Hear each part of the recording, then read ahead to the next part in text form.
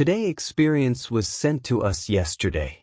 It's concerning the wildfire of Los Angeles. God again visited a brother, one of the firefighters, and he returned with a shocking experience you need to hear, a message directly from God's throne. Kindly stay to the end to understand His will experience. My name is File. God showed me mercy, that's why as soon I could speak, I had to send this to all platform that will listen.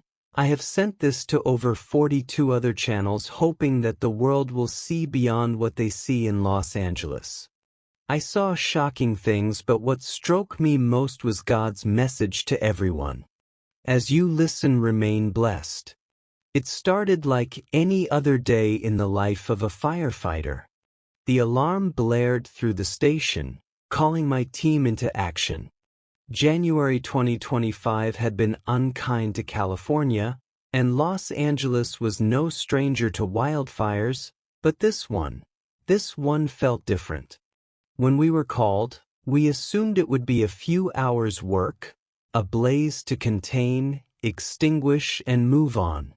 Little did we know that this fire wasn't just a fire, it was a force.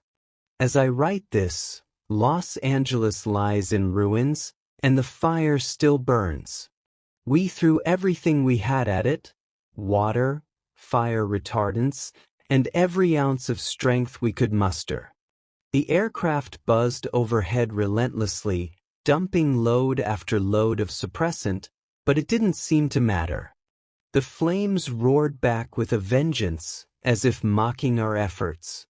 On the ground, we were drenched in sweat, covered in soot, and exhausted beyond words, but there was no stopping. Every second counted. I remember one moment vividly.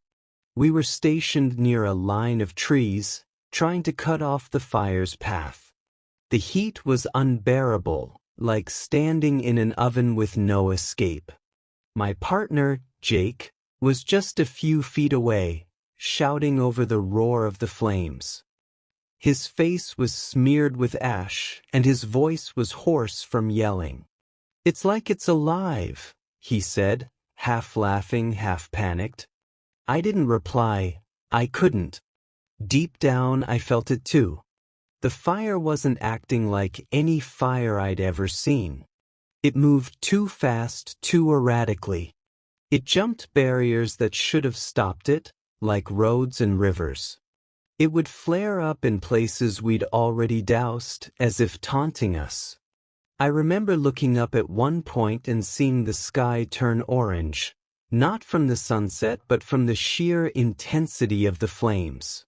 It was as if the sun itself had given way to the fire's wrath. We worked tirelessly, rotating shifts, bringing in reinforcements, and deploying every resource we had. But nothing seemed to make a dent. It was like the fire was feeding on something beyond the physical, something we couldn't see or understand.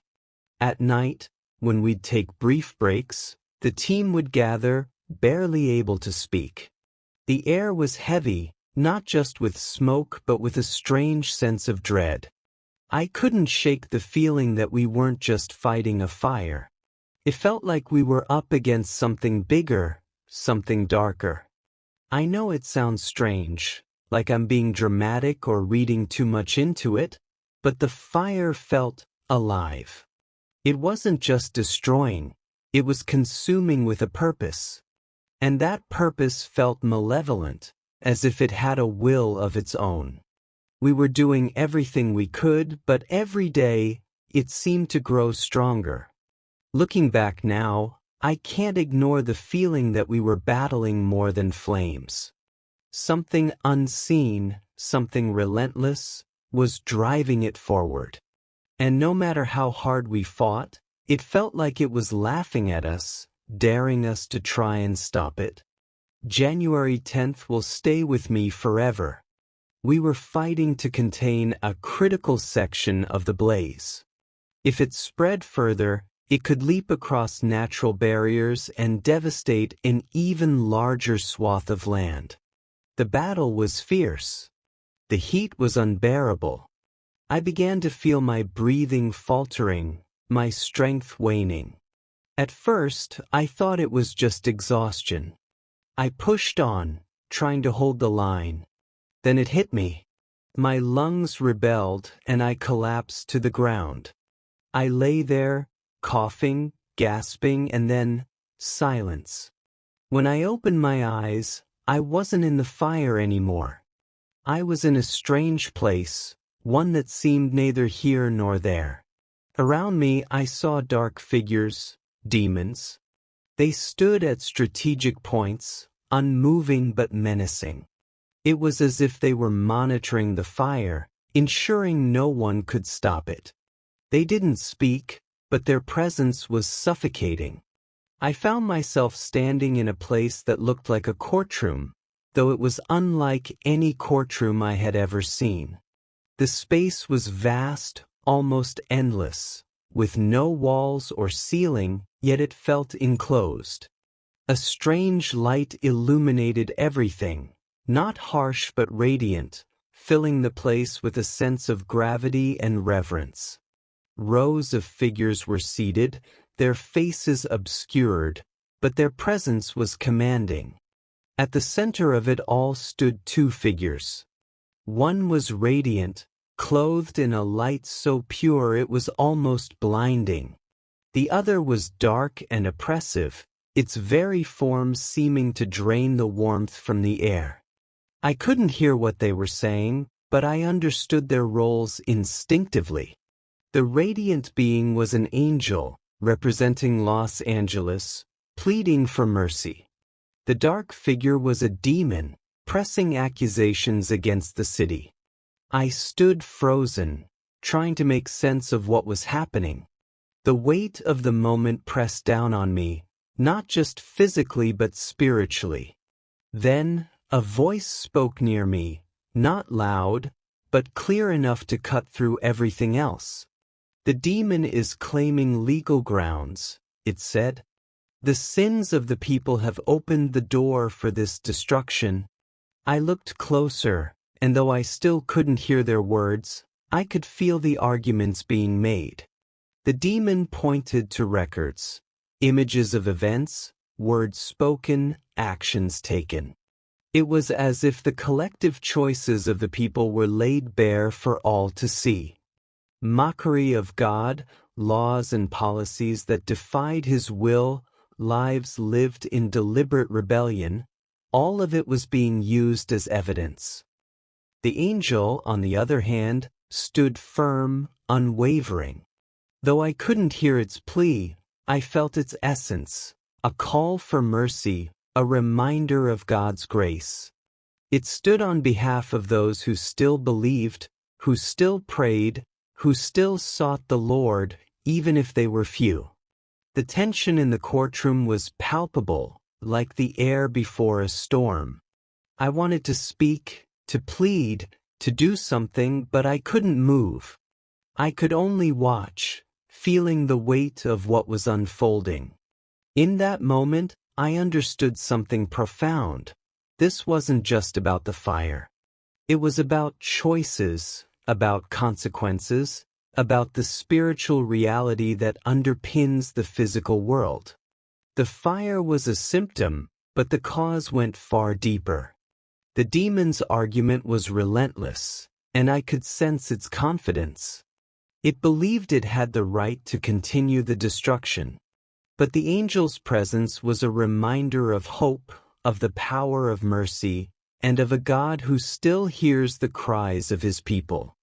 The scene changed in an instant. One moment, I was in the courtroom, surrounded by tension and unseen forces. The next, I was standing in a place of peace. The air felt different, pure, calm, alive. There was no fire, no smoke, no chaos. Just stillness. As I stood there, a figure began to approach. His presence was unlike anything I had ever felt. There was power in him, but it wasn't the kind that frightened, it comforted. His eyes held a depth of understanding and love that I couldn't put into words. I knew instantly who he was. It was Jesus. He stopped in front of me, his gaze piercing through every doubt and fear I carried. When he spoke, his voice wasn't loud, but it carried a weight that went straight to my soul.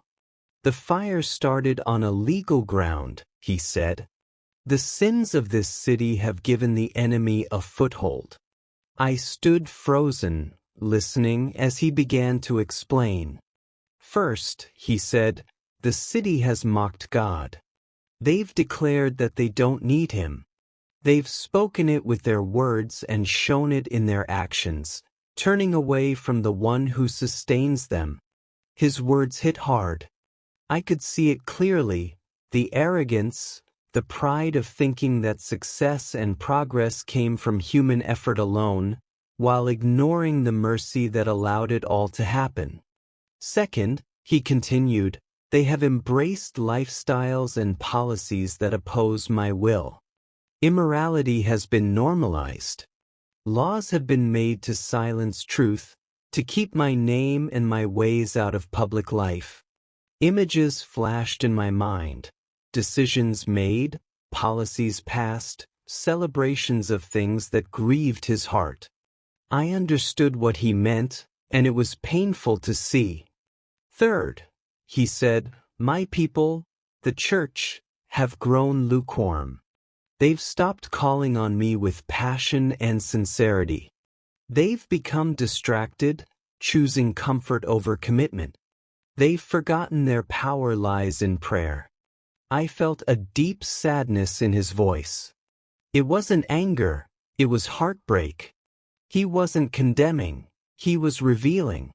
Because of these things, he said, the enemy has found legal grounds to bring destruction. But know this, I am a God of justice, and I am also a God of mercy. I couldn't speak. I couldn't even move. His words carried so much truth, and I felt them cutting through every part of me. Yet, even in the weight of it all, there was hope. If my people rise up and pray, he said, if they turn back to me, I will heal their land. I will end this destruction and bring restoration. But they must choose me. They must seek me with all their hearts.